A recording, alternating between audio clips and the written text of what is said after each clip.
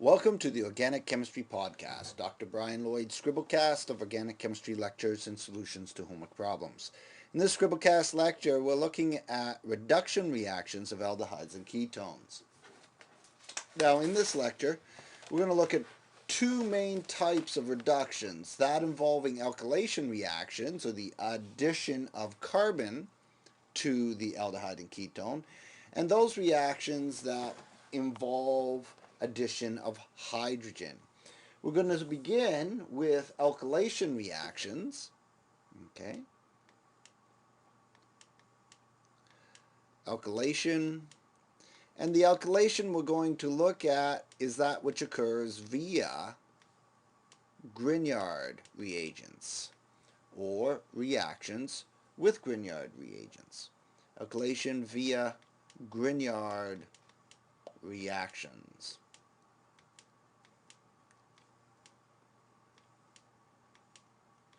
So, Grignard reactions. Now, reactions with aldehydes and ketones with Grignard reagents we have covered in the reactions of alkyl halides. Alkyl halides are used to synthesize Grignard reagents, and so we looked at the reactivity already with many aldehydes and ketones. Some of the reactions with aldehydes that were examined were reactions such as that which occurs with methanol or the molecule formaldehyde. If you take formaldehyde and react it with a Grignard reagent, remember a Grignard reagent is an alkyl group that has had a halide on it, reacted with magnesium metal, the magnesium inserts between the carbon and the halide, such as ethyl magnesium bromide. If you react this, right, with ethyl magnesium bromide in ether, I guess I should make the arrow a little longer, you actually add the ethyl group nucleophilically, or what appears to be nucleophilic attack may actually occur through some radical process.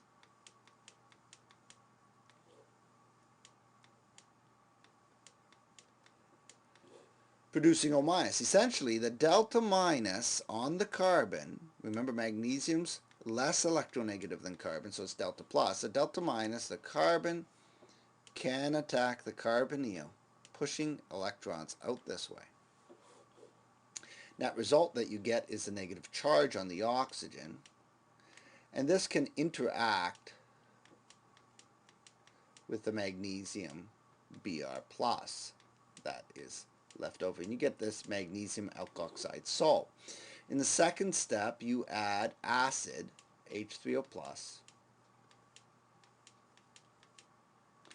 to produce CH3, CH2, CH2, OH. Notice that the alcohol you make is 1-propanol. It is a primary alcohol. So reaction of this aldehyde, formaldehyde, will generate primary alcohols. Now, of course, the reaction's often written as a two-step process, where the number 1 indicates first, react it with the Grignard reagent. Sometimes you'll just write down the Grignard reagent as your reagent. This is all you'll see. It's understood it's an ether, but often you may write the solvent that it's put in. 2 means after the reaction is completed with the Grignard, then you add the acid. Without the 1 and 2 in front, of course, that means they're added together, and that would not be any good, because if you add acid in the presence of the Grignard, the ethyl minus grabs the H plus and becomes ethane gas, and you get no nucleophilic attack. Net result, of course, is you get the primary alcohol.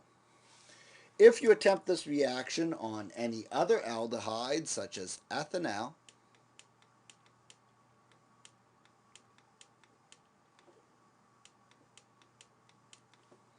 and let's use a different Grignard, let's use phenyl magnesium bromide,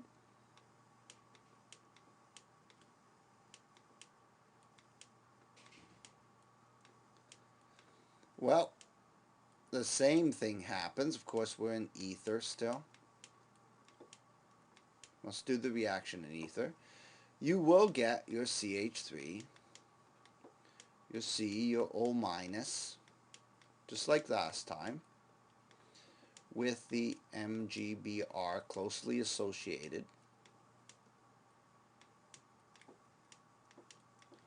in ether. And you'll have your H, and the aromatic group will attach to the carbon. Again, magnesium is delta plus. So this carbon right here is delta minus, acts as your phenyl minus, that nucleophilically tacked here. And then you hit with H3O plus. And what do you get? You've got your phenyl. You've got a carbon, a CH, a CH3, and an OH.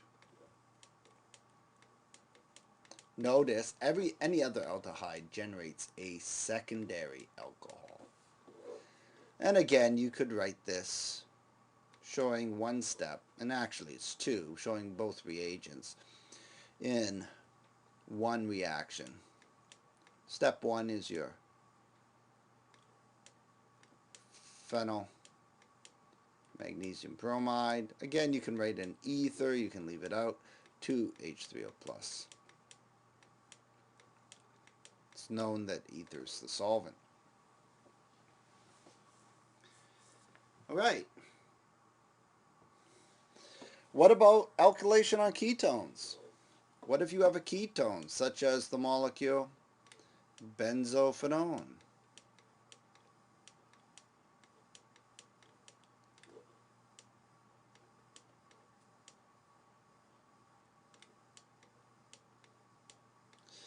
Well, benzophenone reacts with methyl magnesium bromide.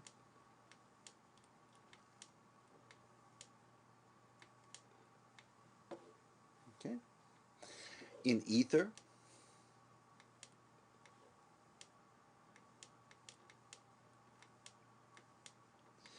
Benzophenone and methyl magnesium bromide. Magnesium again is delta plus. It's less electronegative than carbon. The delta minus on the carbon attacks the C of the carbonyl. It's attracted to delta plus. This clearly is going to generate an alkyl oxide.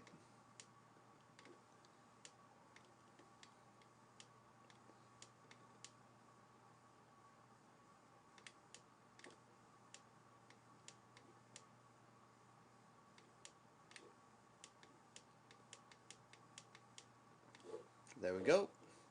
And the negative charge will be attracted to the MgBr, which is positive. If you hit this now with acid, you end up getting OH, C,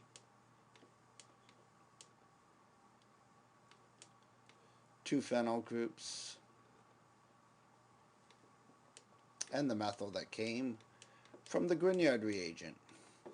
Overall, the reaction looks like this. 1 methyl magnesium bromide, and we can put the ether in, and 2 H3O plus.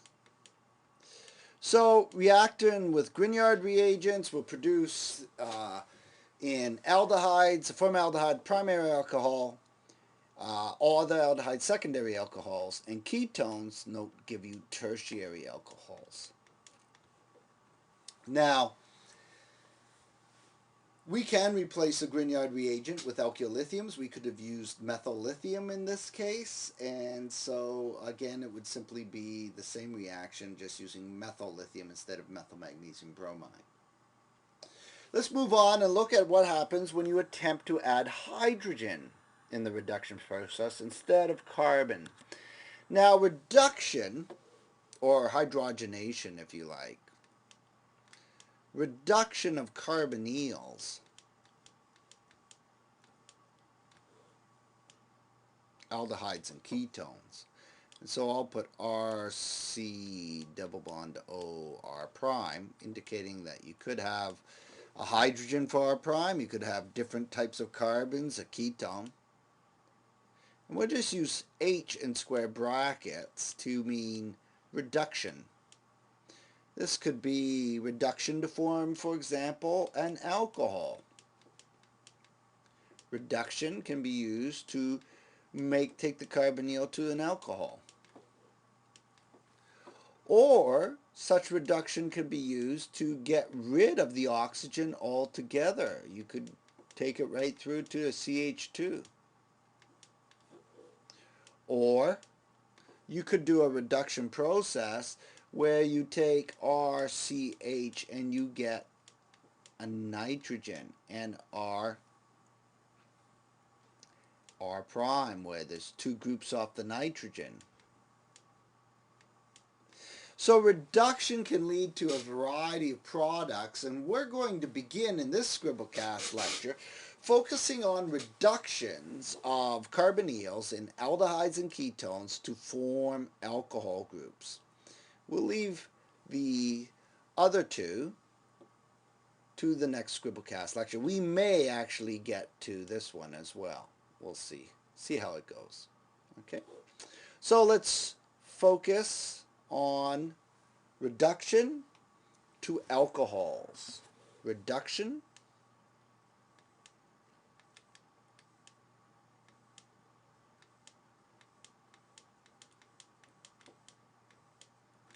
to alcohols.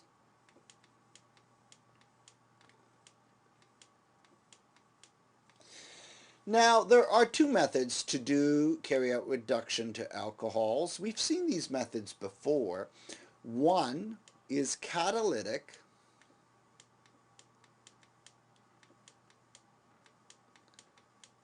hydrogenation.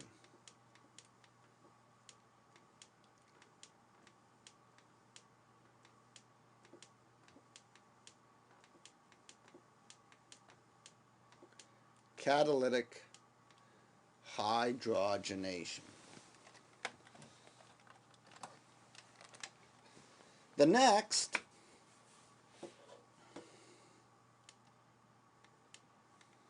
is reaction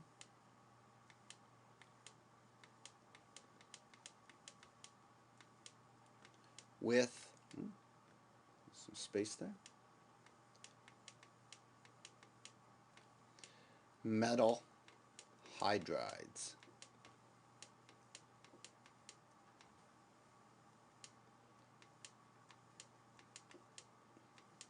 So we want to look at both methodologies for production of alcohols from aldehydes and ketones. So let's begin with number one, catalytic hydrogenation. Okay? We can take an aldehyde such as CH3, C double bond O, ethanol, H, and we can react it with H2 gas. Now, we've discussed this previously and seen this in alkene chemistry. If you react with just H2 gas, nothing happens. But if you throw in the transition metal, nickel, palladium, or platinum, these metals act as sponges to hydrogen, actually soaking hydrogen right into the metal lattice. They break the HH bond, and reaction takes place at the metal surface between hydrogen bonded to the metal and the pi bond interacting with the metal surface. And so you need a metal, like nickel. And often you apply some heat as well. And so our triangle represents heat. And what happens is H2 gas is effectively added across the pi bond, and you get CH2OH. Now this also works for ketones. If I chose to do it on a ketone, like acetone, And I'll draw it out just to show you can use the different, any of the three metals, H2 gas. This time let's use platinum. And heat. That should have been a 3.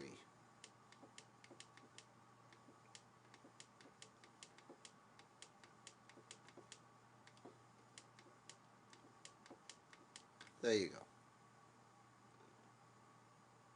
Now what's interesting is we can also produce molecules that have other functional groups in them that are susceptible to hydrogenation. For example, I can produce a molecule like this,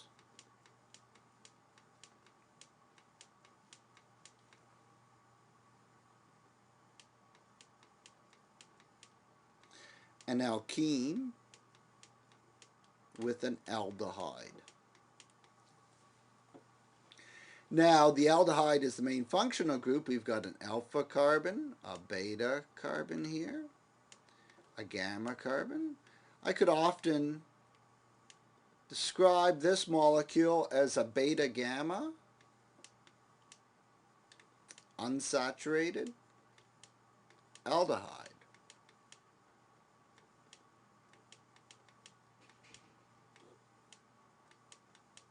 If I so desired. Now what's interesting is this molecule, we could use palladium for example, any of the metals will work, H2 gas, palladium, and heat. If you do that, you hydrogenate not only the aldehyde group, but the alkene. So you'd have CH3, CH2, CH2, CH2, and then the last CH2, of course, my aldehyde group has become an OH.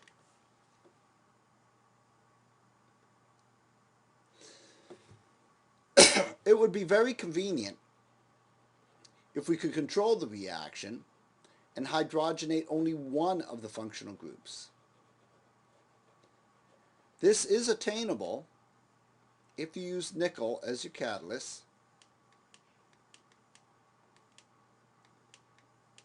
and you keep the reaction at 25 degrees C. If you do this, you will hydrogenate the alkene only. Catalytic hydrogenation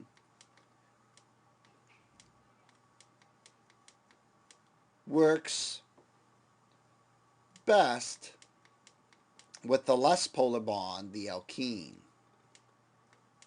leaving the aldehyde. Reason for this is the aldehyde, the C double bond over the aldehyde, is a slightly stronger bond. Because it's polar, the delta minus and delta plus attract each other, strengthening the nature of the pi bond. The stronger carbonyl bond takes a little more energy to allow or facilitate the hydrogenation. It would be very convenient if, however, if we could hydrogenate just the aldehyde and not the alkene. If we wish to do this, we must switch reagents.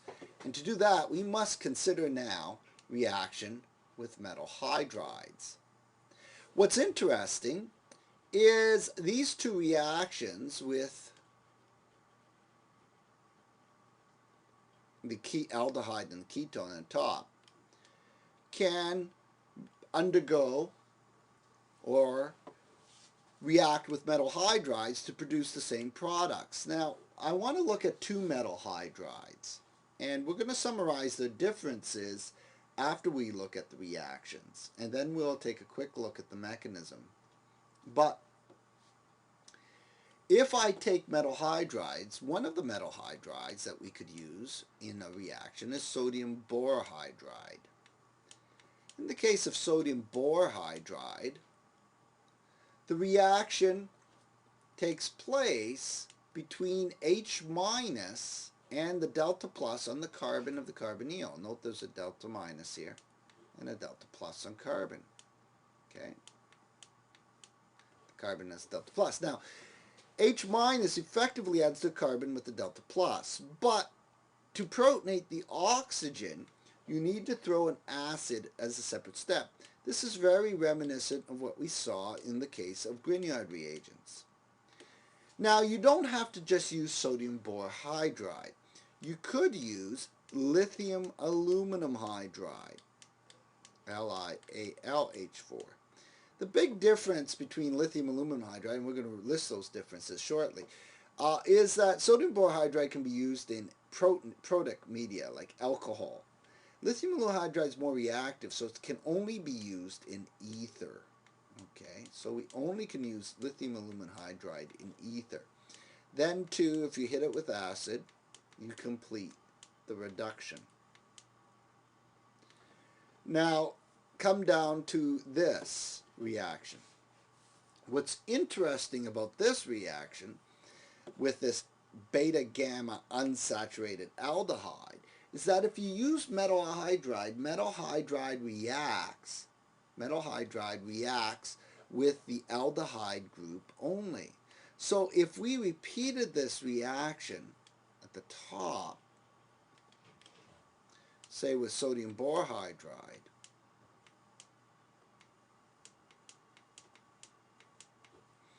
and we put in H3O+, the polar bond is the carbonyl bond, and borohydride requires a polar bond. Hence, that means the alkene nonpolar double bond would not have reacted. And so using metal hydrides, you can actually reduce just the aldehyde, which means metal hydrides will reduce the aldehyde. Controlled, low temperature catalytic hydrogenation will reduce just the alkene. That's very convenient. How do these metal hydrides stack up one against the other?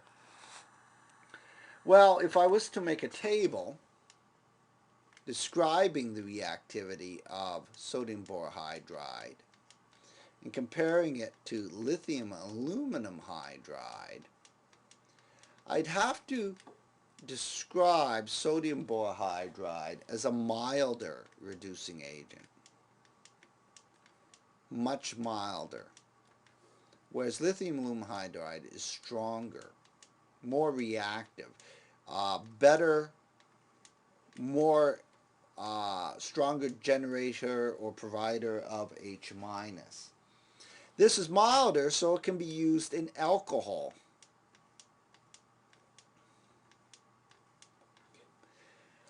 Yes, the H minus will pull an H plus off the alcohol, making H2 gas, but some of it will do nucleophilic reaction.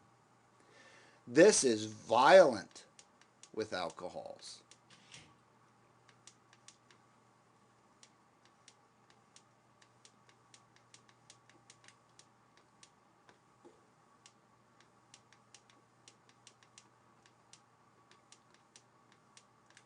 So you can't use lithium aluminum hydride in alcoholic or water media. You must use dry ethers.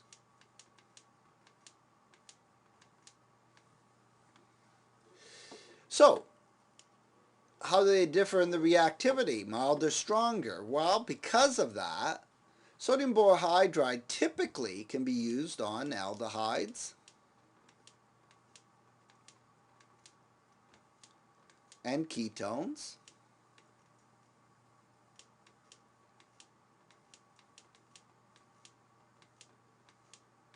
but it's not strong enough to do things like carboxylic acids or esters or amines. So typically you have to use lithium aluminum hydride for carboxylic acids,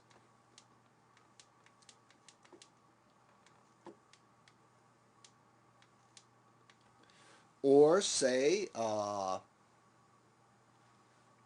esters, derivatives of carboxylic acids. Such derivatives are esters, amides,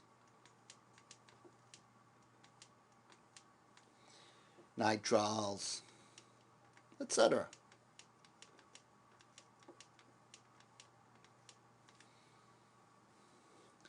The last point is because it's so mild, NaBH4 is typically not used as a drying agent.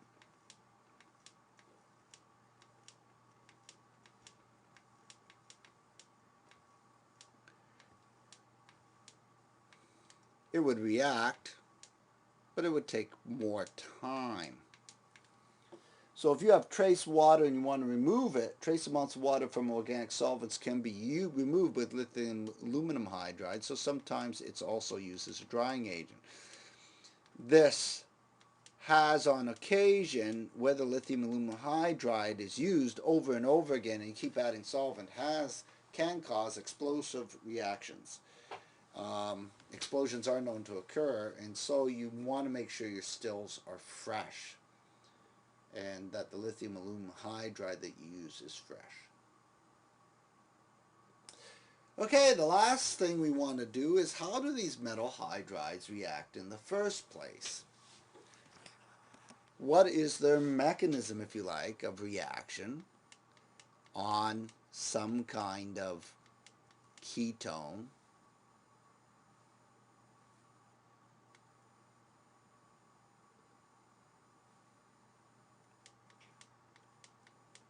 Well, if you had a ketone like this, a 2-butanone for example, you don't get H- attacking by itself. The hydrogen is bound covalently to the aluminum. And of course there are 3 more hydrogens. There's a delta plus on the carbon, a delta minus on the oxygen. The hydrogen's electronegative, it has a delta minus, the delta plus is on the aluminum. So when the 2 molecules come together, there's an interaction. Lone pairs, if you like, the pi electrons go for the aluminum, and the bonding electrons on the hydride go for the carbon, and what you end up with is a CH3, CH2,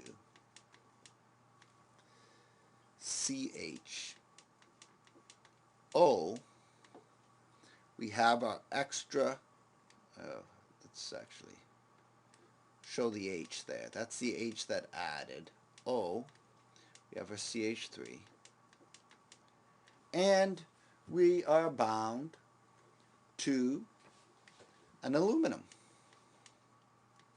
which now has 3 H's. So, I could, for example, aluminum H2 and have an aluminum hydride.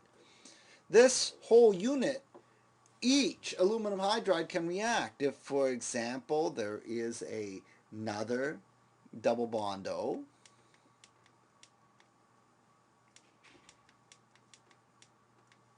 another ketone comes in close proximity, it could react again.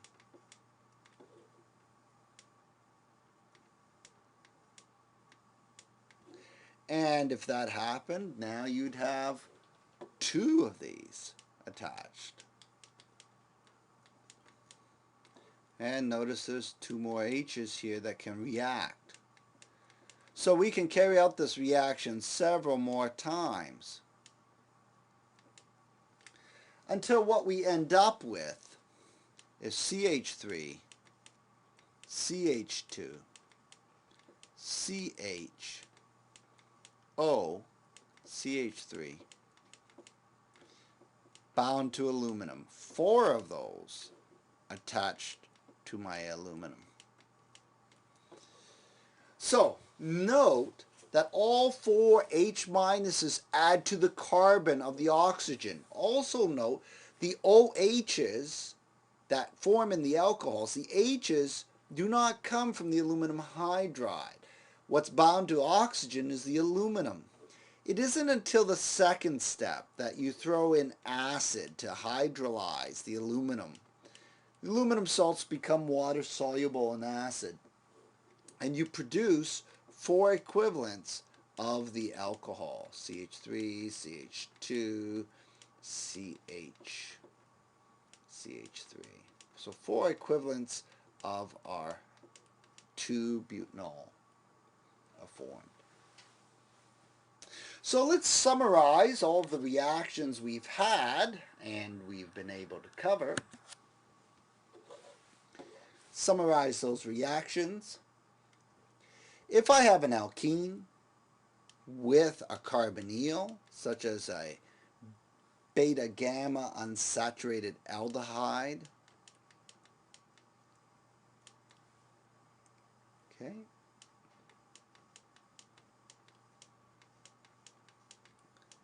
so if I have this guy,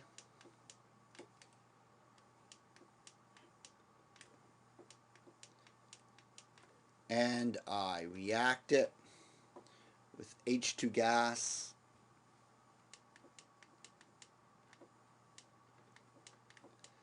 nickel at 25 degrees C, I can reduce just the alkene.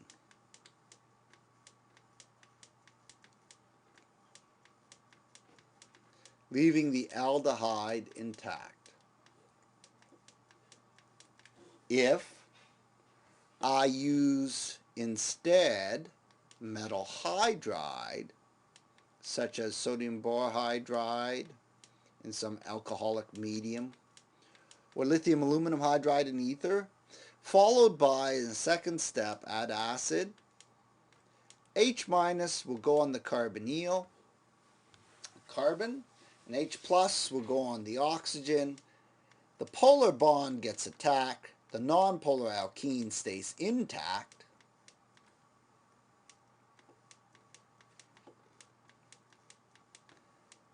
And we get the aldehyde turning to an alcohol. The last reaction, of course, is catalytic hydrogenation with heat.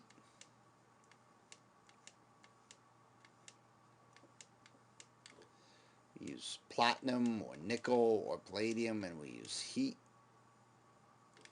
You will hydrogenate both the alkene and the carbonyl group, making your alcohol. So this is quite nice because it gives you a synthetic route to any of the three possible groups. You can reduce the carbonyl, reduce the alkene, or reduce both. Quite nice indeed. I think this would be a good place to stop, as the next section is quite long, and so we'll finish up looking at reduction in the next Scribblecast lecture, where we will look at reduction to hydrocarbons and reduction to amines. I'm Dr. Brian Lloyd. This is my Scribblecast. I thank you very much.